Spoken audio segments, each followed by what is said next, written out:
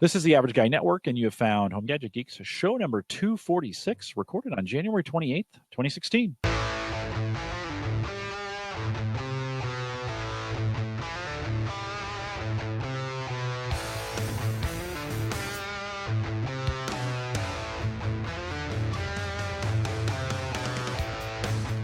Here at Home Gadget Geeks, we cover all the favorite tech gadgets that find their way into your home. News, reviews, product updates, and conversation, all for the average tech guy. I'm your host, Jim Collison, broadcasting live from the AverageGuy.tv studio. Here in a actually very beautiful Bellevue, Nebraska. We had 50s, I think, today, but a storm is coming, and we know that because that crazy guy on YouTube comes on and says, "Attention, there's a storm for Omaha, Nebraska." That happened. And I think we have 9 to 12 inches of snow coming on Tuesday. And maybe not the Armageddon that they had on the East Coast recently, but it's getting ready to snow here in Bellevue. But that won't stop us from podcasting. Of course, we post the show with world-class show notes each week out at theaverageguy.tv. Don't forget, you can join us live on our new mobile app. The best way to get that is just homegadgetgeeks.com. Super easy. If you want to get it on your phone, we stream that through Spreaker, and we want to thank LastPass for sponsoring that app for us. And if you want to get these things on the road, this is the easiest way to get it. You can download it, listen to it later, offline. All that stuff is in the app, homegadgetgeeks.com. Of course, Home Gadget Geeks is a part of the Geeks Network. Find the links to this show and many other great podcasts, including Mike Wieger's very own Open Mic Night is out there. Rich Hay, who was with us last week, he's on the Geeks Network. And there are a bunch of other ones that are just really worth listening to when you head out there. So remember, go to thegeeksnetwork.com, including Home Server Show. Tonight, I feel obligated to say we're going to talk a little bit about backup and storage. Every time we do that, Dave McCabe over at Home Server Show, he dies a little bit every time I talk because it's a Home Server Show kind of deal. Dave, sorry, he knows we're doing this. He and I talked a little bit earlier today, but it's if you haven't caught Home Server Show, actually the numbers on Home Server Show have been really, really good. And maybe because we only do it once every month. That's why. Yeah, or every 3 months. And so it's, but if you haven't listened to Home Server Show and you're a home gadget, home server, home storage guy, maybe that's one you haven't listened to in a while, head over to homeservershow.com and you want to check that out. Lots of good stuff going on there. And we include some home automation. These shows blend a little bit because we're all on there as well. All right, I mentioned Mike Wieger, and Mike's back tonight. Mike, welcome. Thank you very much. Yeah, it's been a fun week. We had a lot of things going on in the podcasting world over here for my side of things. So it's been a lot of fun. It felt like a long week. I feel like I haven't been on the show in forever, but I know it's only has. And then it's been a while since we've had Mike Howard on the program. I'm trying to think back, Mike. When did we last have you on? We did New Year's Eve, didn't we? Oh wait, sorry, we did. So it hasn't been too long. Yeah, it hasn't been that long. Yeah, no. I listened to that show from the airport in Chicago. It was a great way to get me through my hour and a half delay. Nicely Loved done. it. Well, of course, yeah. Couldn't have had better entertainment. If you're new to our network, if you're new to Home Gadget Geeks, Mike's been a long time. Mike Howard has been a long time. I think since the very beginning. It's been pretty close, right? I mean, you've been from your show, yes. Yeah. I remember when you didn't leave, but you started this show. Right. I was listening to your Home Server Show, and then you started this show. I remember that. I've been listening to this show since number one.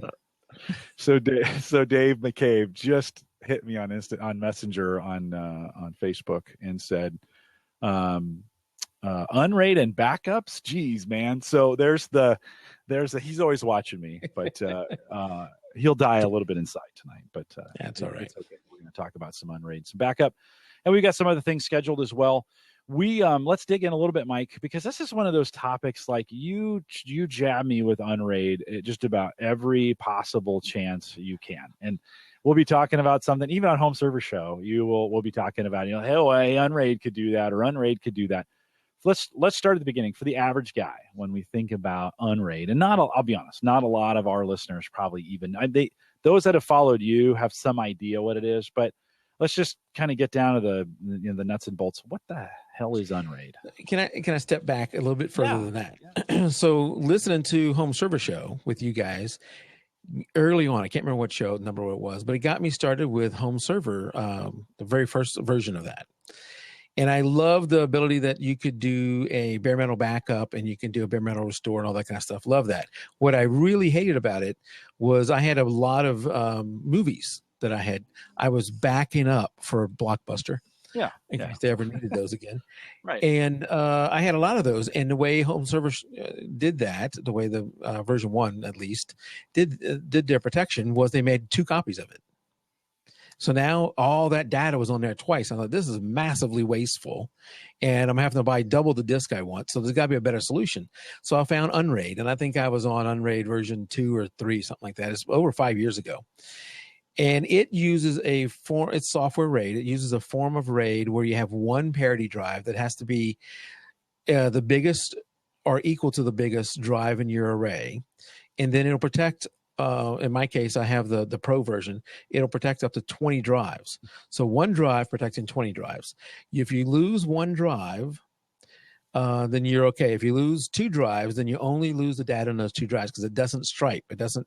Your files are intact on any one drive, so you would never lose the entire array. So I used that for a while to store my movies and some other stuff, and as a secondary backup. I put really cheap hardware on it, really old hardware on it, and the performance was not good. But I really didn't care. I was getting maybe 30 megabits per second transfer rates. I didn't care because it was an old thing. And I almost killed it last year. I think last year I was telling you, Jim, I'm about to get rid of Unraid. Finally going to get rid of Unraid because I had a few problems. One was it is Linux based. So installing something like CrashPlan on it, they say it's easy after you type in 57 lines of code. That's not easy to me. Not your average guy solution. Right. So that was very difficult. And then the other thing is I was having performance issues.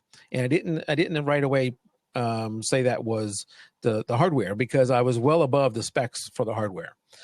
But it performed. It never crashed. In 5 years I've been running this thing, not a single crash. And I'm now running it on the exact same hardware my server 2008 R2 was running on, which crashed every few months. This has never crashed. And it runs off a USB stick. And it loads it into memory, and then it doesn't read it all the time. So you're not going to burn out the USB stick. And upgrading is as easy as just replacing 2 files. So it has been so easy that I have replaced the motherboard, the RAM, the CPU, and upgraded the operating system to the next version from like a 5 to a 6, and then rebooted, and it booted up just fine. Now, I don't know any other operating system where you can change all the hardware, and in a mix of that, also upgrade the software, and there'll be no problems. So it's easy. It's easy to use, fairly easy to install from that standpoint. I mean, so in our world, we use Windows Home Server 2011, 2012 R2, now Server 16. And that's a little more complicated of a set. That's not that bad, but why do you lean towards that? I mean, why? What was the original? The original was that movie storage. And let's also say this does not do backup in and of itself. It is not a Full Metal backup. It is just a file server, really. So I use it for that purpose. Now, what stopped me from killing it and going the opposite way and killing my 2 Windows Home servers was version 6. When they upgraded to version 6, they did, and then I upgraded the hardware. I gave it my server, my Windows Home Server software, Windows Home Server hardware, and now the performance has been much better. But version 6 added something called Docker, and you might have heard about that recently in the news because I think the guy who invented Docker recently passed away.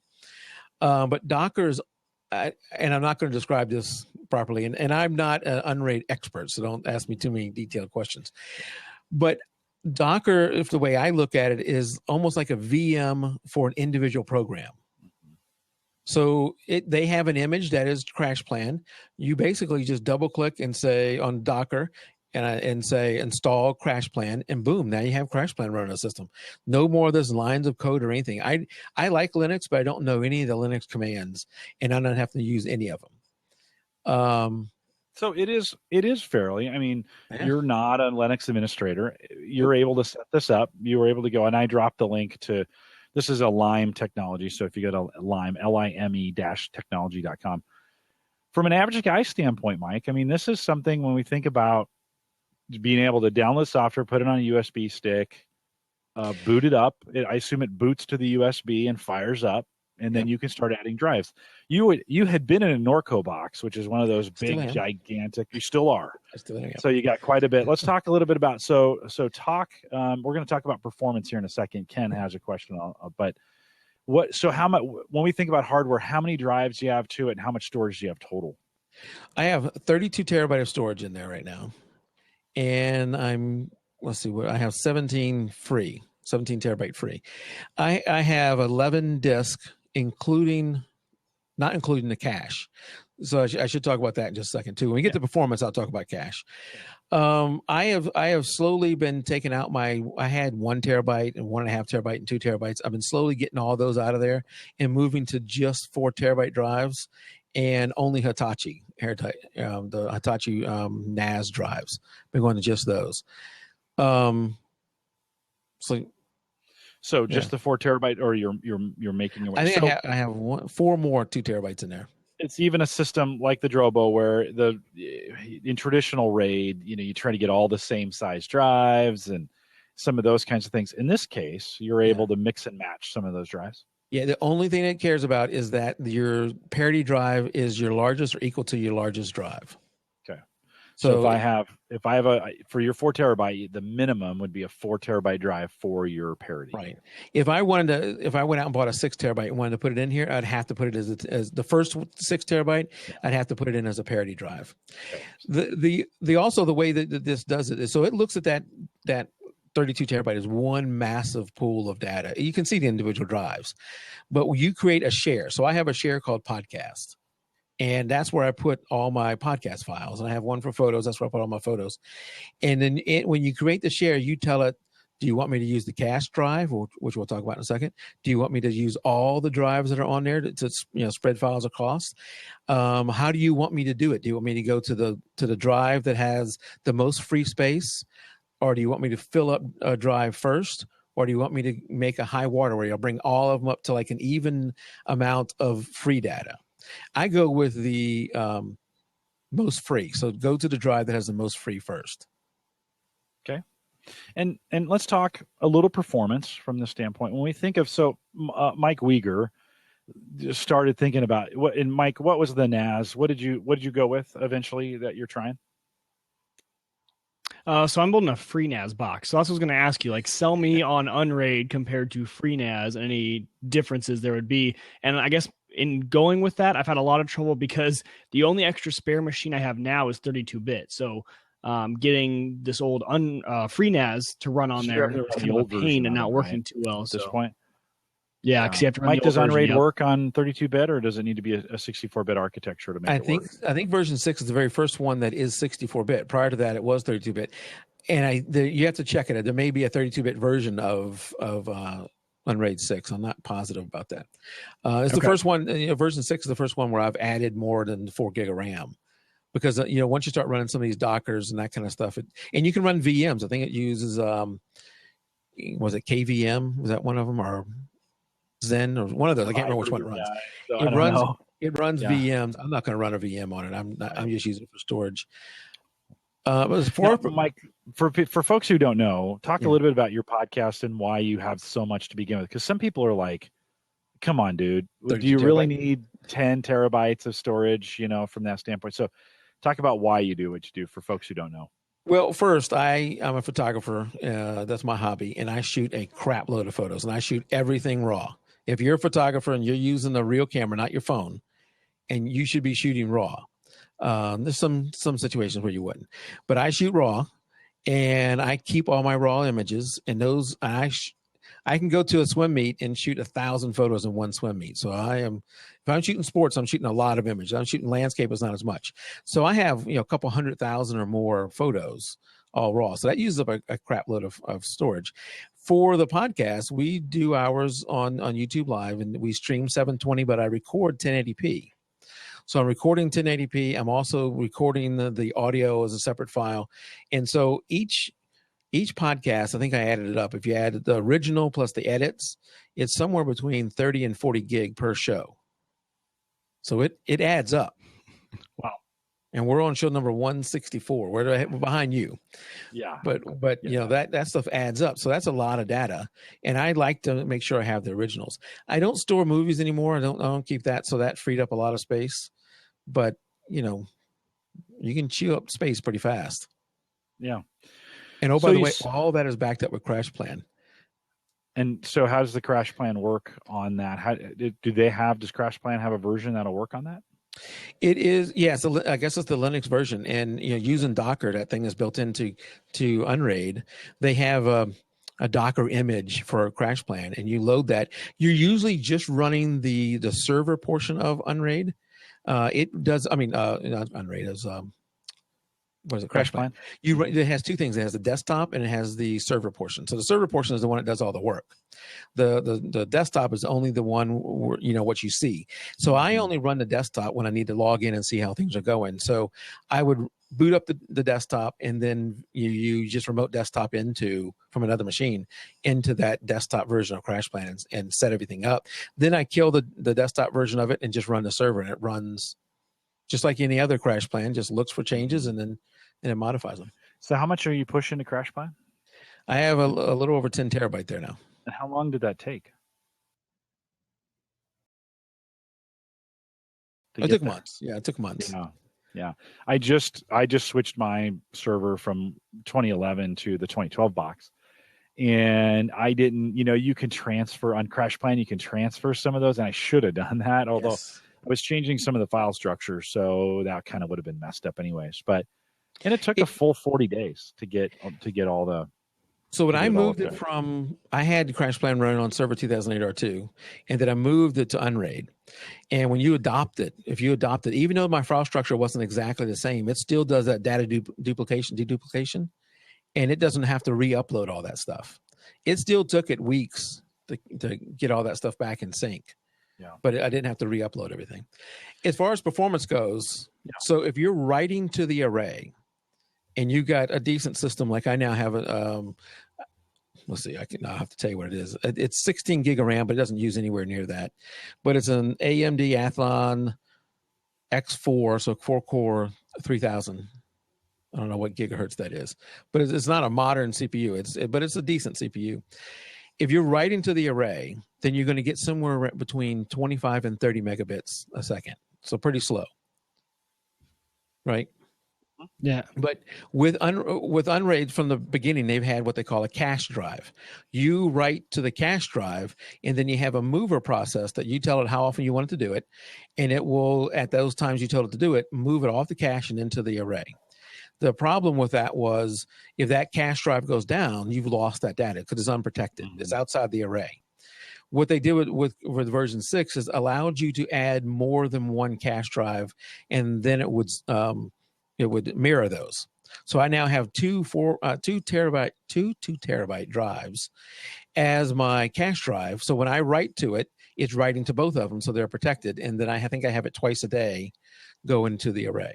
You could do that with an SSD, with a couple SSDs too, right? Where from a speed perspective, you get stripe those SSDs, and then, you know, you're limited. It makes your cache drive a little bit smaller, but are you really pushing that much data to it? I don't know I don't know if Unraid you can stripe you can use SSDs, but I don't think you can put them in a RAID array. Okay. Even in the cache, even for the cache drive? Well, in the cache, I don't think so. I know so in the array. The array right now cannot handle SSDs. It only handles spindles. See, they can't do that. That's maybe for a future edition. I am getting right across my gigabit network when I write into the cache drives, which is all I do. I don't write straight to the array. I'm getting about 100 megabits a second transfer speed. And is that good for you? I mean, you're okay with that? Obviously, I am not one that's going to say I think I can get 112. This thing sucks. 100 is fine for me. Most of my transfers back and forth to that thing happen when I'm not even here. Like I'll record the podcast or do my photo editing on my main PC, and then I have a process that every night just sends it over there to Unraid. And one of the reasons that you remember me talking before about the Mediasonic boxes. I love the Mediasonic boxes, and I still do. but those were only getting connected directly to my machine through USB 3.0, only getting somewhere around 60 to 80 megabits a second. Now that's crazy. I'm getting slower writes to that thing than I'm getting to a machine that's in another part of the house across the network.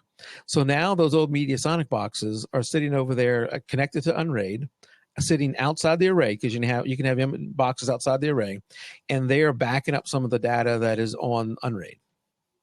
So you have another physical location where it exists in case something happens to the whole array. Well, right? First off, CrashPlan is backing up offsite. Right. But this is your local backup.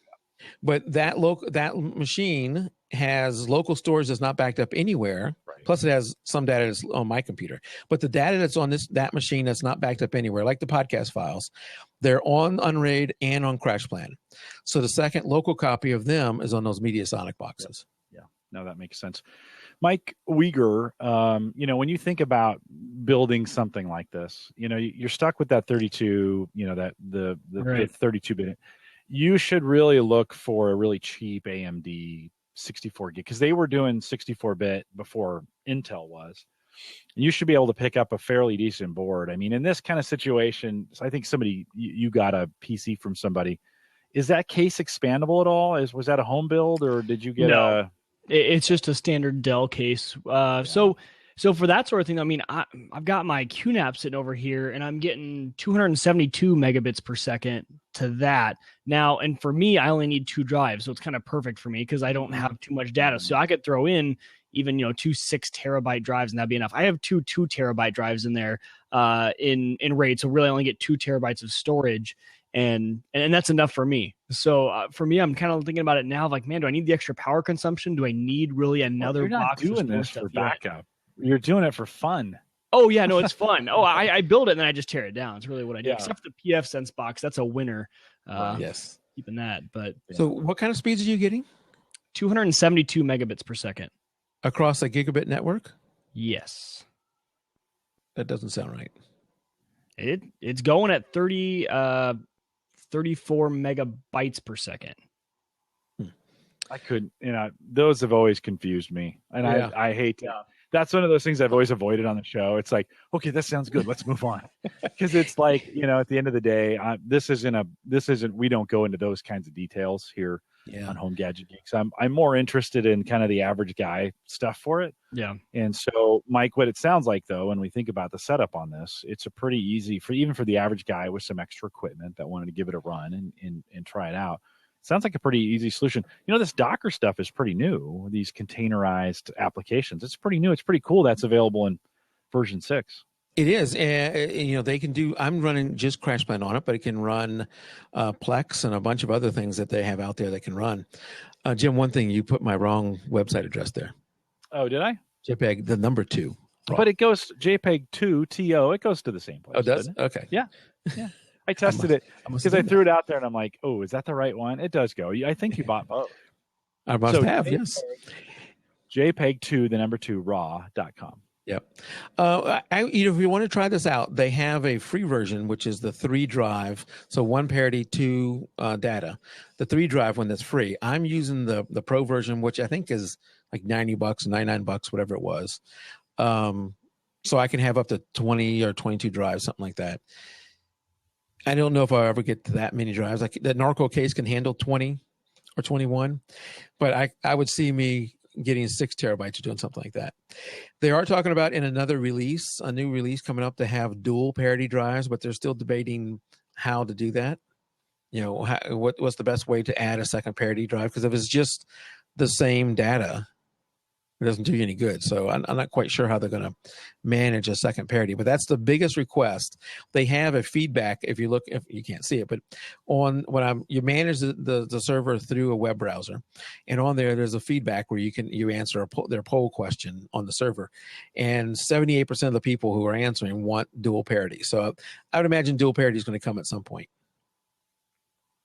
Did you have a correction there, Mike Uyghur? Well, I just didn't know if I said it backwards or not. I meant 34 megabytes per second, 272 megabits per second. I didn't know if I said it backwards, but those are the speeds I'm getting to, and I'm getting actually higher from, but that's the 2, and that's using AFP connection on the Mac. So it's a little bit higher, but it's only, it's only 2 drives, so it's Yeah. not writing across 10 drives.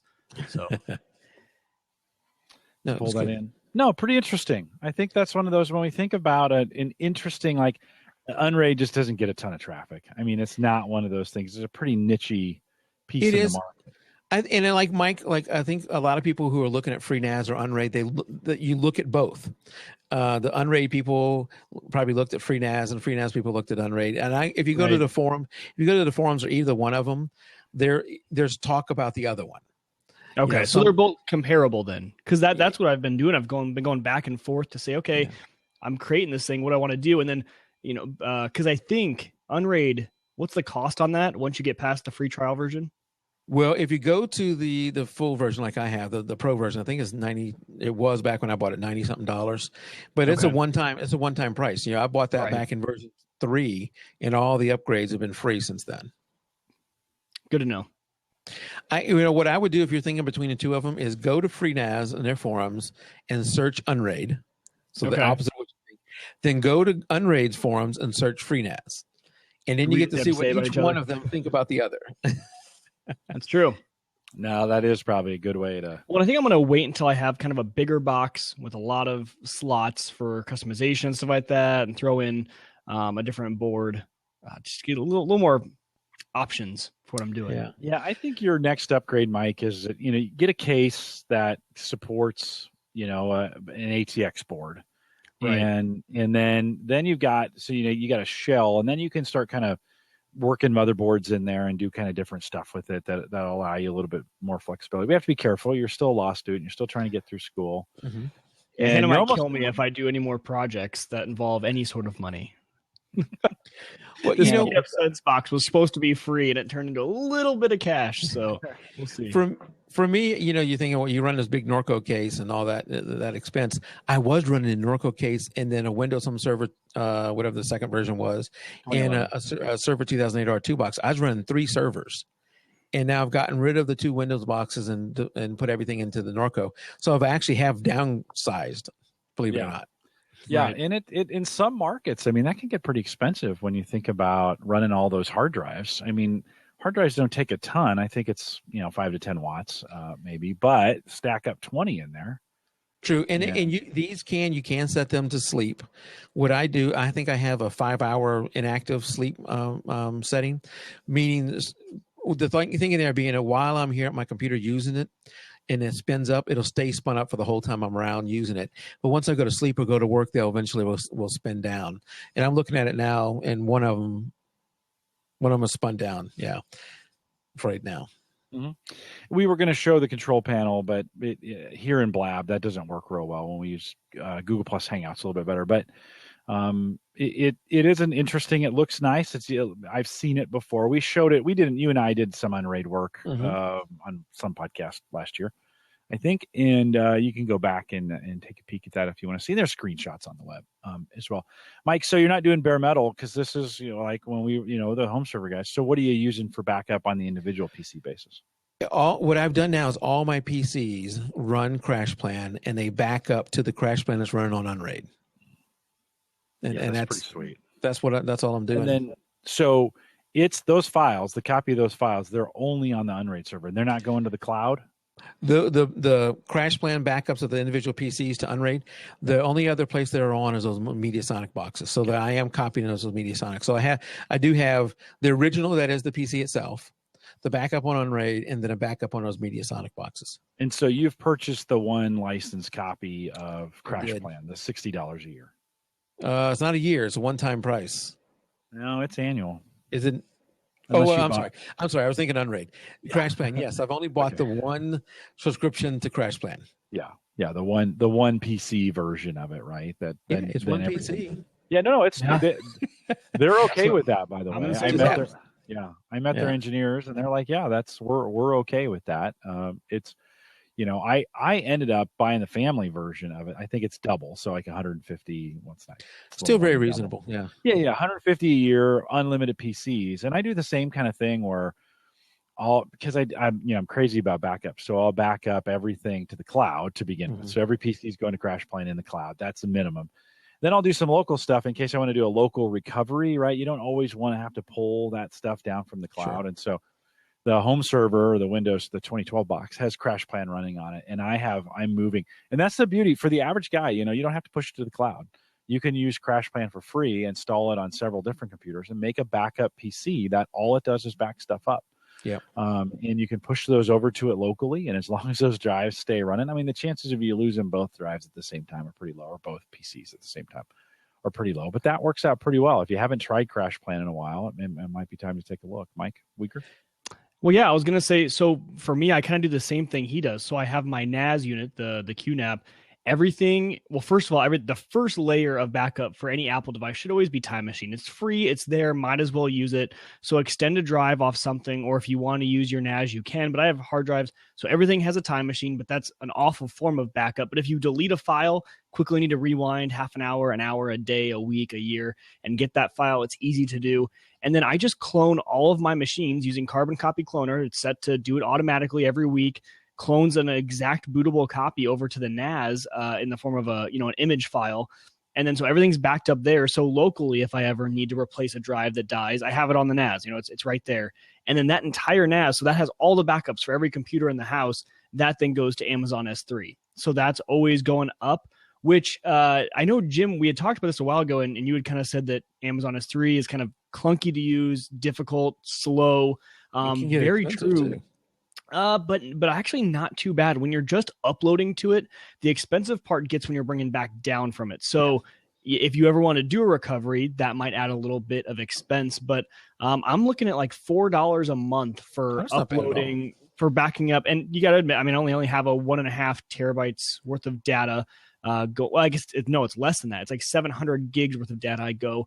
So that QNAP, there's actually an app for it for S3 that makes it super simple. It used to be complicated. I mean, this is just log in. What bin do you want to go to? Go set my schedule. And so that thing goes up to Amazon S3. So for like $4 a month, I'm getting cloud backups of every single one of my computers in the house, because I'm kind of doing like Mike Howard does, where I just trust one to go to the cloud instead of everything else. It saves a little bit of bandwidth on each computer, and because it's just going locally. Whenever it backs up, it's not going to the cloud, it's just going over to the NAS. So I think it's been working out pretty well, actually. And I've only had to do one recovery from it since, and the image file, I tested it because we've always talked about here, Jim always preaches, and a lot of you guys do, is testing your backups to make sure that if it were to go down, how would it back up? Mm-hmm. So I actually had a spare hard drive that I'm going to be putting in my sister-in-law's computer. I was like, hey, this is an empty drive. Let me just test this real quick.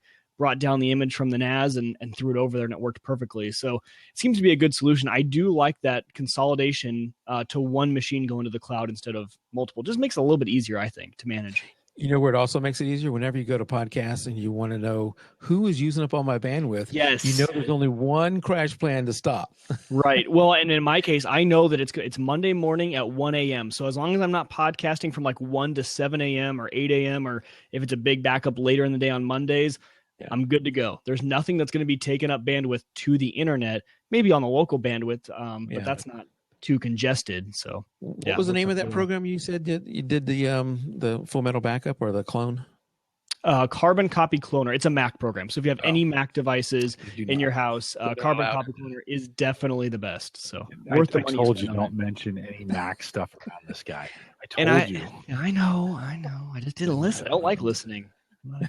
But yeah, apparently, because all of a sudden everything I've told you, you've gone against. You've ditched WordPress. Last night I found out, I had to hear it from you on a podcast. You ditched Spreaker.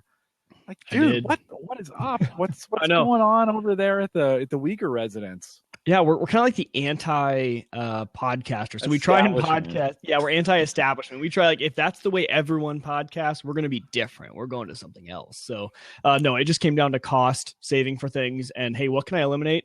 Oh, there's only like 20 views. Okay, they can go over and subscribe to the iTunes or other versions. So sorry, the $20 a month is going away. Well, I think on Spreaker, I get spoiled on Spreaker because I have I got grandfathered into that big gigantic plan, and right. So someday they're going to start charging me. I know they are, and that's like $100 plan that I'm on right now that I don't pay for.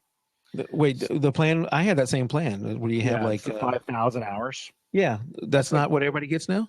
No. Not at all. That's because we got the iHeartRadio deal. You're down to like 5 hours on the free version, and if you want to upgrade, it's $20 a month for the minimum's 20, and then I think it goes 50, and I think it's like 199. I could be wrong. Wow, but it's got 99. But that they have that broadcaster. The one we have is the broadcaster plan, Mike, and it's pretty expensive. I would never pay for that regularly. It's like $50 a month, I think, for that broadcaster, isn't it? Or even more? It's more like $100 a month. Is it? Okay. I thought, yeah. That might be right. I think it's pretty pricey. But that's one of those things, and as a podcaster, when we talk about technology, that's one of those things I got to be careful of, because sometimes I get set up. We'll meet with a company, we'll talk about it. MediaFire was one of these. They put me on the free plan forever type thing because we had them on the podcast. And then you start talking about it and you realize, oh, everybody else has to pay, Right. and Spreaker is one of those places. And you're like, yeah, I didn't want to pay the $20. I'm like, pay the $20. Why didn't you use the free plan? Well, the free plan you can't. I mean, I use the free plan at SoundCloud, which, by the way, is even worse. It's only 3 hours as opposed to maybe the 5 hours you get on Spreaker. I have to replace those files that are out there to get it done. But it is one of those things I have to remind myself, oh, yeah, I'm not. So I'm on MediaFire for everything. Yeah. But do you still suggest that as a host for, like, say, a beginner podcaster? Yeah. Oh, absolutely. Yeah. Me too. I've enjoyed it, and it works out well. You get the basic downloads. The one thing I wish is I could just pay them an extra maybe 10, 20 instead of going all the way to $50 a month for advanced stats. That's the one thing I wish. I've looked into that. Just use the Blueberry plugin for WordPress. Oh, yeah. That'd be awesome if I was still on WordPress, wouldn't it? Oh, yeah. Oops, you left WordPress. He knew that. And yeah, you're right. I left WordPress. Yep. Yeah. So, and it did. It worked perfectly before that. So, but yeah, for $5. It's $5 a month now. You get a terabyte of storage, a terabyte of bandwidth that rolls over each month. I've accumulated like 84 terabytes of bandwidth that can be used in my rollover. So for $5 a month, I had the hosting, and you still get the download number, so you know how many have been downloads or played. Yeah. So it's good enough. And I think actually MediaFire may be a good average guy solution when we think about. So we don't want to do Unraid, or maybe we don't want to buy a QNAP or a Drobo or a Synology. Maybe we don't want to have a Windows home server from that perspective, or FreeNAS, right? And you want to go straight to the cloud. I mean, CrashPlan is what we talked about, but CrashPlan pricing wise, a little bit cheaper, not much, but MediaFire plays into that space as well. They have a client that you can install that'll do backups for you, and it'll push it up. Then you get a terabyte of space. Well, but that's just like Dropbox, right? You delete those files on your computer, they're gone from. No, that's true. That's true. Right. So it's a little more like Dropbox instead. Yeah. It's more of a sync than it is a backup. Right. So right. But you could use it as a backup if you just want to push a big image file up there. Now, I don't think the web browser would support that big of an image, and it would be a little bit of a pain, but you could technically use it as a backup. And some people also use the Amazon. If you're an Amazon Prime member, you get unlimited photo storage. Right. And for like $50 a year, you get unlimited any storage. But its interface is awful. It is just awful. Yeah, it's not great. MediaFire, I have 100. My total available bandwidth, 177 terabytes. Right, that's what available. Yeah, it's ridiculous. I kind of laugh at that when I see it. Sometimes I just go in and check. I'll never use it, but I do. I mean, I get when I think about the podcast. So the AverageGuy.tv, the video files for everything we do, both Home Gadget Geeks and for Cyber Frontiers. I should talk about Cyber Frontiers, but all the video files are out there, and we get hundreds of downloads, both large and small. So it's not like it's a small deal. We're getting it gets hit quite a bit, but they give you 10 terabytes of bandwidth a month. You don't worry that you're gonna wake up one morning and find out they went out of business? No. They're down to 1 now, Jim. For the if you pay for the Pro version, which is it's $5 a month for 1 terabyte of bandwidth. Oh, they dropped it down to 1, huh? Yeah. Well, it's still probably. I believe. I mean that would seem. Yeah. What's worth a look for right? Oh, definitely worth a look, and especially for $5 a month compared to, like, let's say 20 for some of the standard podcast hosting. It's worth a shot for the budget. Mike, we interviewed these guys a year and a half ago, and if you're new to the show, just go out to the AverageGuy.tv and put MediaFire, all one word, in the search, and that one will show up. When we interviewed them, they own all their own hardware. They are fairly independent. They've kept their costs fairly reasonable. It's a small shop. They're in Texas. They got great bandwidth. I don't worry about them one day pulling up stakes. Now, at the same time, all my podcast files are still here, and Christian could have that switched over with Maple Grove Partners. It would take me longer to move my files up to Maple Grove Partners than for him to switch that over. Now I would have to go back in and reassociate every single post that I've ever done that's gone to MediaFire. Now I'd have to go over to Maple Grove Partners, and that would be a weekend's worth of work at least. I probably have 100 videos up there now. I think I started in the one, well, maybe not. Maybe I've like more like 50 or 60, but still. You get pretty quick. When I did that switch over, it's copy paste. Yeah. You're done in an afternoon type deal. So I don't know. But that's still a good option. I mean, I like, it's not fast. We like uploading to MediaFire is not the speediest thing in the world. That's not what they're designed for. But my professor, just the other day, he's teaching law office management, right? How to manage an office. And one of his things, he's like, oh, guys, for backup, Dropbox is the best. And you want to have that like tech guy conversation. You're like, no, it's not backup. Don't tell people this. Like, don't say that. But, you know what he means in his head. But it was one of those moments where Jim was just in my head. Jim's like, that's not backup. Don't use it. Yeah, delete a file off of one computer and it deletes off of all of them. That'll work. Yeah, I've done it. It's not maybe fun. It was versioned. Nope. Yeah. And I have a MediaFire account. I think I did it back whenever you first talked about this, Jim. Right now I host all my media for the podcast on DreamHost, and I've been thinking about I've been doing it for years, but I've been thinking about a backup plan. Hey, maybe I should spread those out and not have audio. I have 2 video. So from show number 4, we've been audio and dual video large, video small. And I've thought about maybe I shouldn't have all of them on DreamHost. Maybe I move one of the videos off. So I might give MediaFire a chance with one of my video files. Yeah, it's worth the experiment. I mean, just know you're going to get that weird URL. It's going to be MediaFire.com/ a whole 8-digit number and then / and then the file structure. So, and that 8-digit number is not the same all the time. So it's not like you can go in there and copy and replace. Full disclosure. I mean, you got to be ready for that.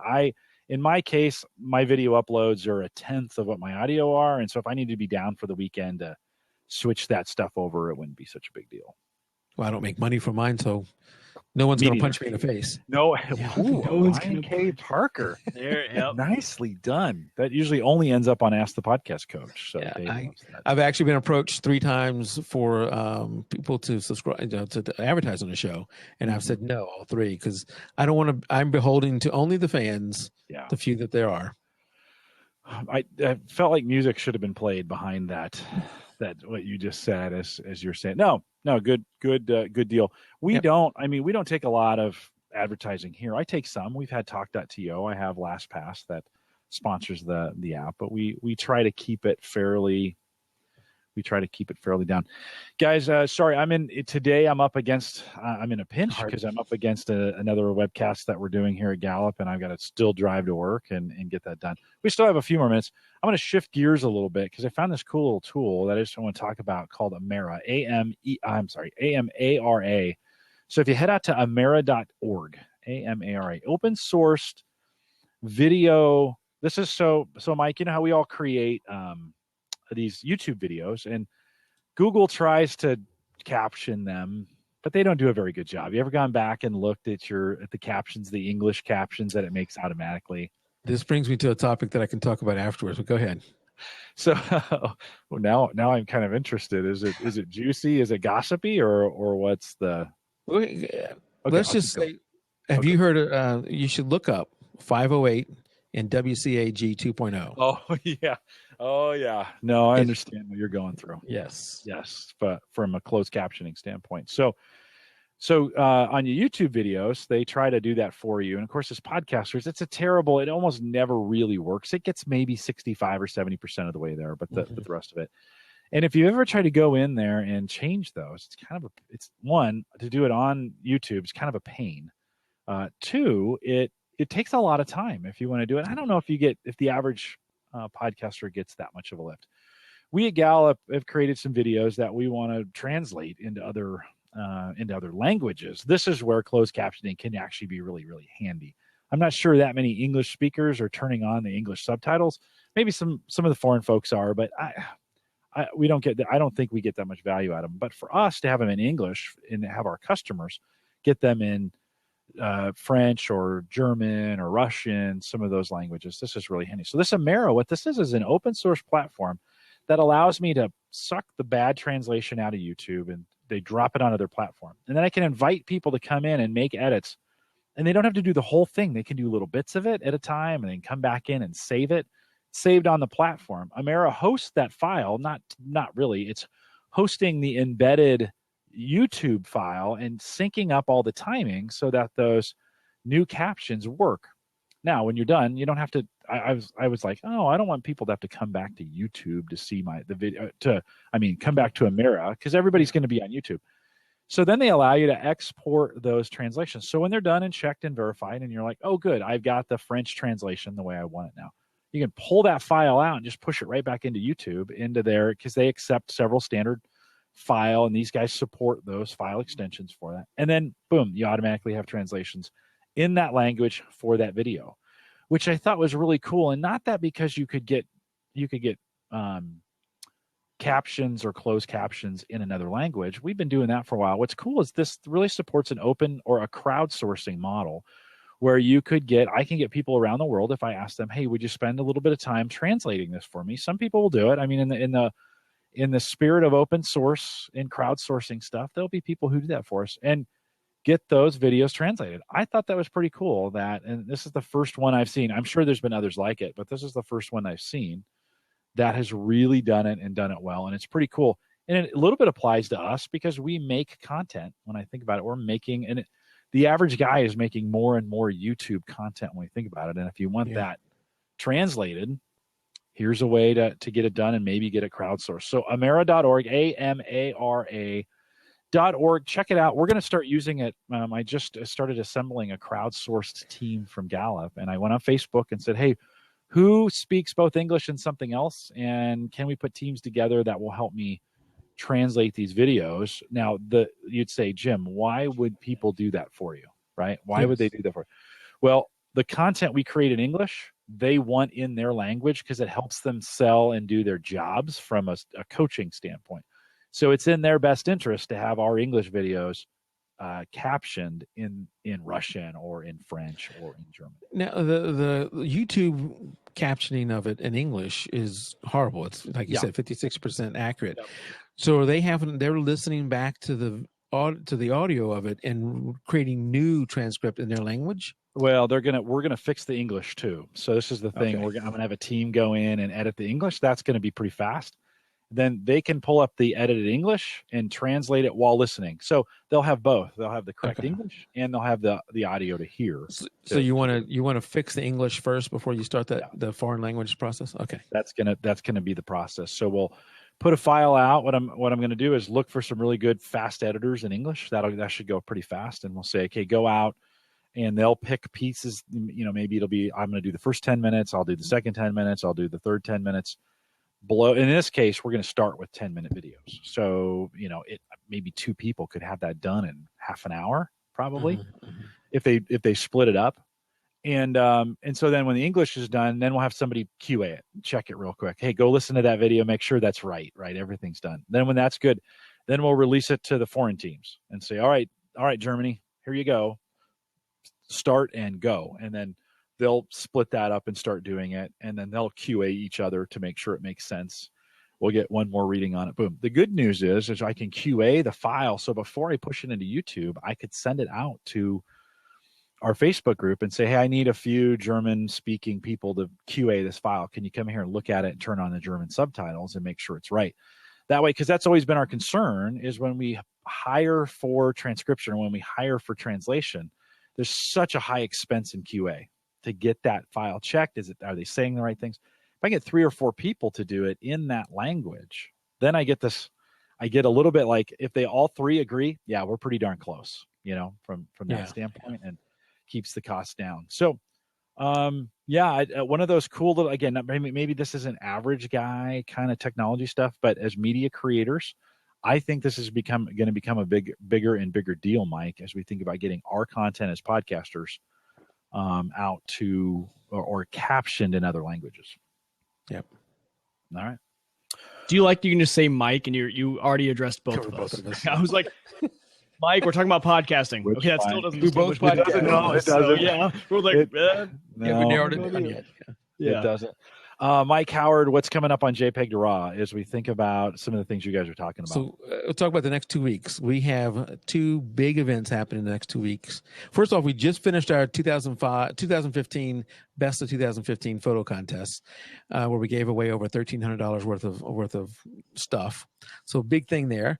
This next week, we have Blab.im coming on the show, who is in the photo world a massive person. She has almost 200,000 Facebook followers, just, lots and lots of fans, has never, ever done an interview.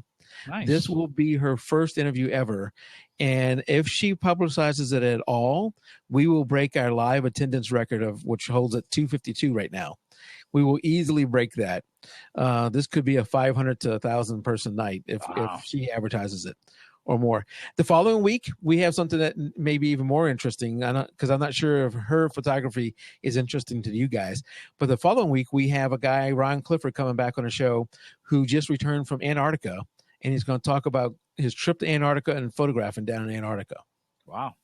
Cool. I have a nephew who just got accepted through a military program to be in Antarctica during the summer. And so he's going to be, which is our winter. Yeah. He is going to be down. I think this is next year. He's going to be down there doing that as well. So that's kind of cool. No, very cool. And Brian, somebody out there said Waffle House selecting reservations for Valentine's Day. Yes, we do that every year. What? One unit manager started, I don't know if it was unit managers. One person started at one restaurant and it's exploded. And if you go to wafflehouse.com, the list of units, I keyed it in there this past weekend. So until I figured out how I can make that easier, a spreadsheet to load it. Take your girl, get your girl, take her to Waffle House. We have most of those restaurants will book solid for that process. That's crazy. Amazing. Even the new ones that you're going to open in Omaha, is that the? Yeah, we really need some up here. So I was going to tell you, what I heard. We've started the install of broadband, not for the customers, but for the back office. We started the broadband install this week, and we should be bringing them to your location soon. When is Waffle House Weekly? When's Waffle House Weekly, the podcast, going to start? I heard that was another rumor that I heard that it was. We're a private company and we don't give out much of our details. So, well, I mean, but everybody wants to hear about Valentine's Day reservations and stuff. I think there could be taste testing that is done. Like there could be. This blueberry waffle is just, and then somebody say, "Are you serving pancakes?" Well, we're giving away Brooke Pancake. She's a professional golfer, giving away her bag. You can go to our website and see that, where we're giving away Brooke Pancake's golf bag. Wait a minute. Yes. So we are a sponsor of Brooke Pancake. Whoever's idea that was, they need a raise. Oh, that's just genius. That is just genius. Believe it or not, we were like in the top 10 mentions on Twitter for 2015 or something like that. The folklore and the stuff that goes on around Waffle House is just incredible.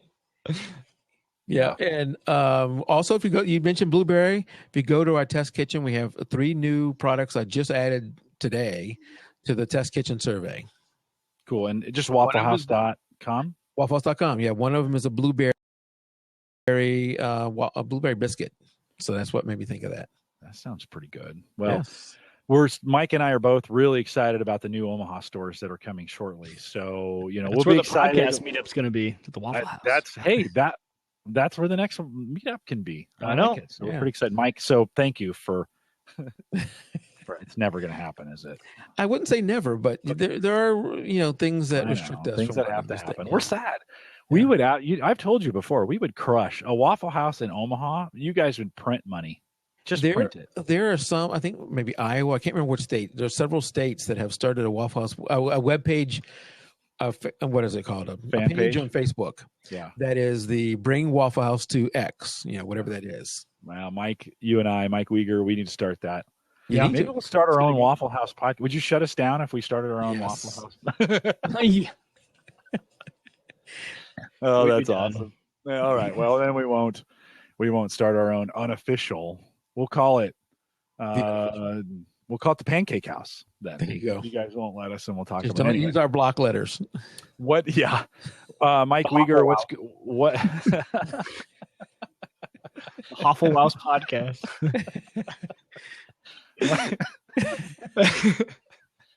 I can't say it without laughing. This is too good. Oh man, this is too good. Mike Uyghur, what's going on Open Mic Night? What do you guys have coming up? Oh man, well, we're prepping up for the mid-March announcement for Apple, so we've just been slowly covering as those rumors start to come out, all the things that are revolving around the iPad Air 3, the new Apple Watch, and also the rumored of the 4-inch iPhone, the new, we knew the iPhone C. Now they're thinking about coming out with another cheap entry-level phone with new hardware. So talking all about that and anything else that comes up in my head that I like to talk about on the podcast. In my world, whatever comes up, we talk about it.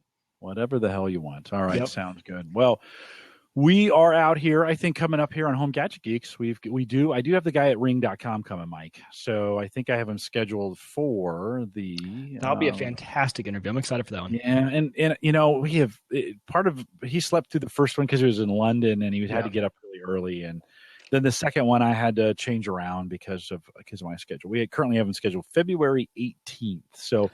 Mike, see if that date's open for you, Mike Howard. See if that's date. Maybe we can still get him on with you to talk. And either way, share Google Doc with me, and I can put some of my thoughts in there. Yeah. And if I'm not on the show, that you can ask him questions. Yeah. 2 weeks. So Nathaniel Lindley's back next week. I'm sure we'll talk about Chromebooks and some stuff that's going on in education. Amber Gott from LastPass is back. She's having a baby, so I'm catching her right before this all happens. And we're going to get caught up kind of on the merger with the acquisition that's going on with Blab.im. And LastPass, so we'll get some information from her there. Chris Barnes is coming back on. If you know Chris from the End User Podcast, Chris joins me every early, like January, February each year. Chris has got great pipes, so that's a guy that you want to listen to, and he does some really good podcasting over there at End User Podcasting. So we've got some stuff coming up for you here in the future. We're out here typically Thursday nights, 8 p.m. Central, 9 Eastern, out at the Average Guy. TV live a little bit early tonight, and I'm wondering how many people came out. Okay, well, we're not even there yet. I'm wondering how many people are going to show up at 8 o'clock. Fortunately, this video will be there for them when they get there. And we want to thank you for coming out tonight. If you caught us on Blab for the first time, head over to theaverageguy.tv/live if you want to catch this again. Or we got a lot of great posts out there as well around all the various things that we do and we test and we work with. But most of all, we just love having you in the community and love to have you jump in. Join us on the Facebook group. Just go to theaverageguy.tv/Facebook. Don't forget, well, thank you for shopping and using the Amazon affiliate link for the Average Guy Tech Scholarship Fund. I did buy Kyle his baby monitor and shipped it and arrived yesterday. So he's got this kind of high-tech baby monitor that we'll be working with. Lopta was going to try and build one. And Lopta, I know you're listening. I know you're like 3 weeks behind. So by the time you hear this, I need the part list from you so we can get yours on order. He was going to kind of build his own. He's been a little busy. They had their baby back in December, the December time frame. I think it was late December, early January. And so Lopta, I need that part list from you. And we'll be back here next Thursday. I'll be in DC Monday, Tuesday, and Wednesday, coming back just for the show. And we'll be back and we'll do it again. And with that, we'll say goodnight, everybody. Hey, a couple Blab related questions. Yeah, of course. We're using the heck out of Blab, and you guys are doing such a great job. So glad to hear. I'm glad thanks for all you do. We've noticed when we produce the videos and they, so we do this live and they show up in certain, the people show up in certain areas. And then the video that comes out after the fact, there doesn't seem to be any order to it as far as those things change. Is there a reason for that, or does it? Yeah, it's just a technical thing. So the order that you show up in right now doesn't at all dictate how you show up in the replay. It's just the data. Each stream is actually being recorded separately. So every single person, it's not recording this as like a whole shot. Everyone's video is streaming in as like a separate piece. And so when it gets reproduced out, none of those pieces are necessarily in the same order. They're just all being streamed into one thing. And so at some point when you're stitching that all together and making that thing work, it's just does it kind of just put them in random areas, or? Yeah, it just puts them just to make sure that it's out there, but it's not like they're not ordered. they're not. I'm sure we could probably order them so that they are a certain way, but as of right now, they're not ordered in any certain way. Yeah, we were talking earlier about configurations when we think of, someone told us that you guys recently shut off the ability to put pictures in the chat, which I really appreciate, to be honest with you. We were the ones that got trolled really hard one night, and it was just like, oh, why? Although it would have been interesting to have that a toggle on and off, to be able to say, hey, I can support this or I don't want to, and toggle on and off. Any thoughts? That's kind of one of our plans. So we're actually working to re-implement it. We're just we took it out, so we're like reconfiguring a bunch of things in our system, and we changed one thing, and now in order to maintain the picture, like the safety of just the whole thing with like pictures drawn in from other places, especially since we're adding the drop-in media in one of the squares, that part of the app is being touched right now. So being able to put pictures in the chat will probably come back sometime early next week, but it'll be tweaked. So it'll be a little bit better than it was before. Cool. And when will we get the drop-in? Are we going to get the drop-in stuff at the same time? So yeah, the drop-in stuff is pretty much good to go. Like it's built on our end. So we're waiting for a few things. We're kind of trying to roll out everything at once. So as we build this, what happens is we push it to a development Blab. So there's like a whole other Blab that we all use in the office that has different features and is like, so as we change things with that, and that includes the way we're going to change like what the home screen looks like. So it's more directed towards you, more personalized. You get more of what you want. There's just like features people have been asking for, and we're always rolling those things out. And sometimes what happens is things get a little bit bottlenecked. So we'll put in a bunch of new things, and we can't push it until all of those things are done, because like one thing isn't completely finished yet, even though all the other features that people are asking for, it's not that feature isn't done. It's that something else that we're changing isn't done yet, and they all need to go out at once. So for this one, we're waiting. It should be like any day now. It's like the feature is finished. We're also waiting for just a few things to be fixed on the iOS app, so that those tuning in from the iOS app also see the drop-in, so they're not like left out thinking like, what are they all laughing at? Like I can't see what they're talking about. Right. So that's it gets infinitely more complicated, doesn't it, as you add more features, and then where you guys used to be able to. You guys used to be able to deploy very, very quickly, and now it's got to get held up for everything. You need 6 things now or 10 things to be available, so everybody has a great experience. So yeah, so that's the reason why we haven't done Android yet. People always ask, and it's not that we're against Android users. It's another piece to the puzzle, another subset of bugs to deal with, or people to please, or things to tweak and change based on the interface. There are a lot of different Android phones, so the experience on Android is going to be different for a lot of people compared to the Apple interface, which is pretty much standardized for what a lot of people have right now. But we're cranking out things pretty fast, and that's part of the reason why I have such a small team, is because like the more people you add, you also add complexity there, where it has to go through more channels. So we're working hard to get stuff out quickly. No, it's good. You guys are doing a great job. Hannah, Mike had an issue the other day where his video and audio were out of sync for good chunks of the webcast, and I had a little issue today when I was doing one where I was in sync, but my guest's video and audio was out of sync. Is that while it's being recorded, or is it after the fact? Well, in my case, let's say I was in sync perfectly. She was out of sync from video and audio while we were recording, and then I went back and looked at the recorded version, and she was still out of sync from that. Out of sync. So it'll record whatever's rendering in real time, and that usually is about a connection lag on their end. So audio will always come through first, which is why we drop video if you have poor internet signal. And studies have shown like you can put up with a video not being there, or it be kind of grainy, but people won't stick around if you like have robot voice and you can't hear what they're saying. Yeah. So we always drop video first. And sometimes what'll happen if you have a slow connection or just not very strong connection is that video will drop for a second and then pick back up, but your audio gets ahead of that. And so it'll be a little bit out of sync. And that's usually just like making sure you have the strongest connection possible. If you send us the links to the video, especially like, or even just like a link to where it is, and we can look it up for like the download email, sometimes we can kind of reprocess it and tweak it a little bit on our end, because we have all that raw data just like sitting somewhere. It's like, takes a little bit of time, but sometimes we can reprocess it and fix it if you're doing it for a podcast or for a production or something.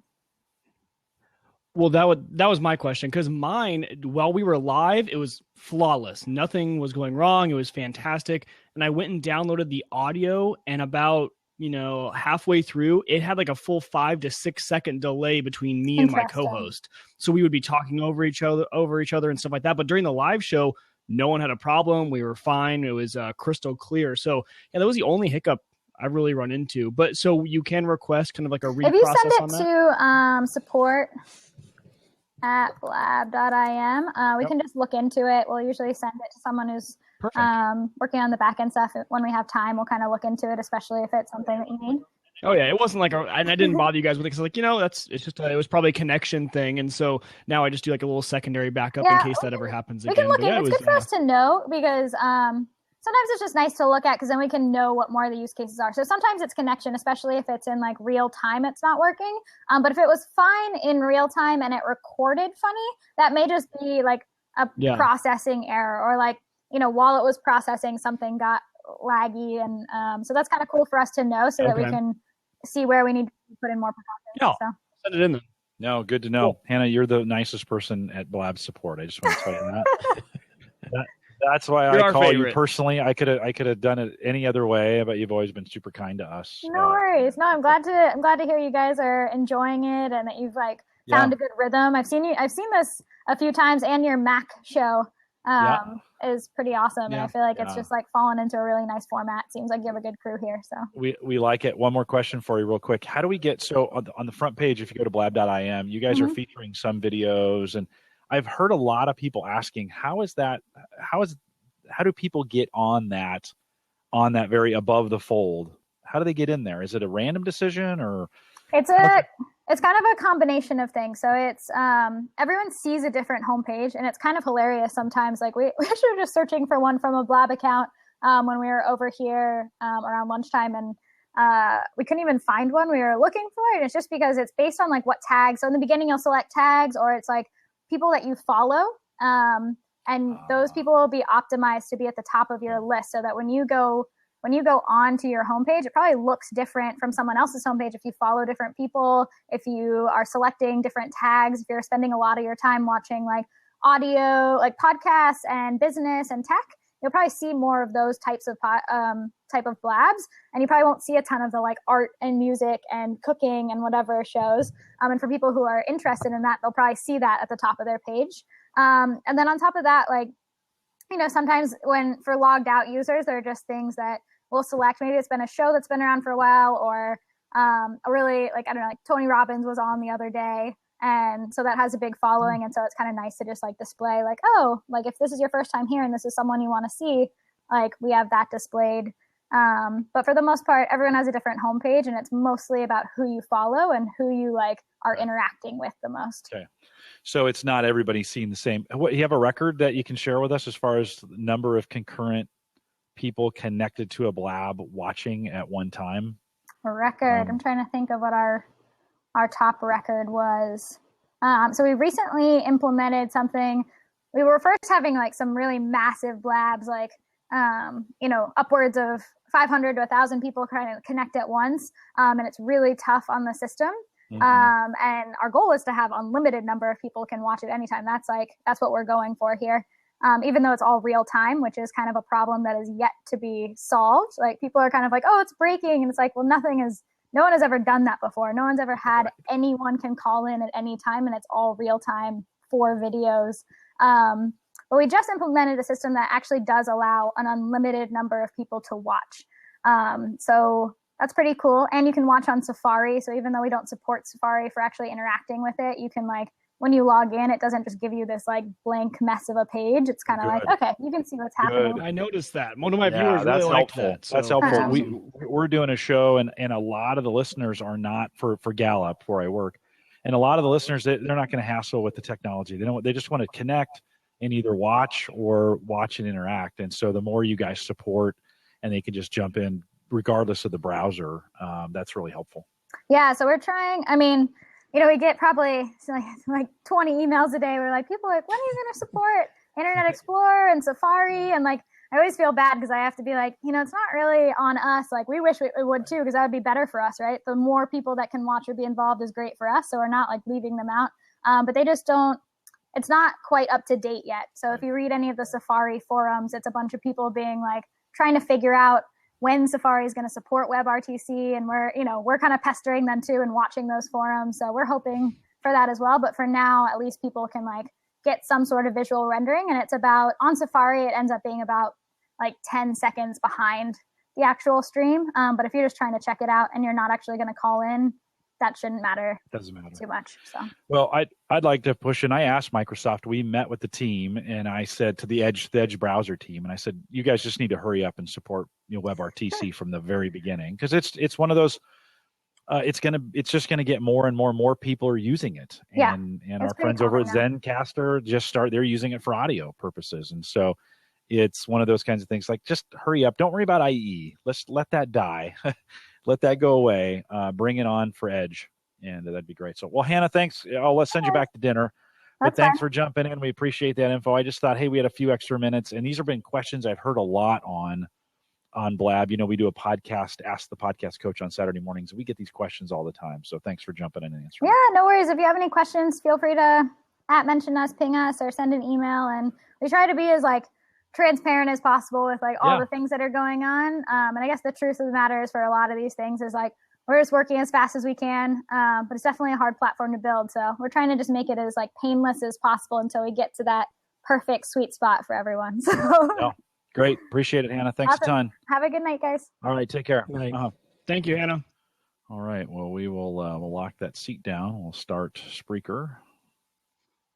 Gosh, that's just fantastic how that support works. Support. I'm not going to lie. Those guys got it going on. Right or wrong, super responsive. I mean, that to me, that's super important that they're doing those. I love it.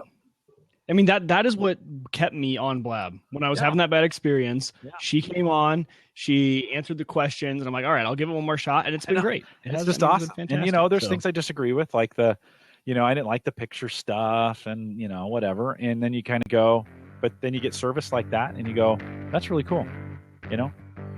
Yeah, definitely. To be honest, cool. I try to be that way at Gallup. I'm trying to take that same approach, that I'm available at all times and all places and all, quickly get back to them. And they're always surprised. Our customers are always like, they say, do you ever sleep? Like, you're always available. Well, you're going into work at 8:00 tonight, so no, you don't. I know. I'll be while this webcast is going on tonight, I'll probably be answering emails of customers. Okay, let's kick this thing off. Here we go.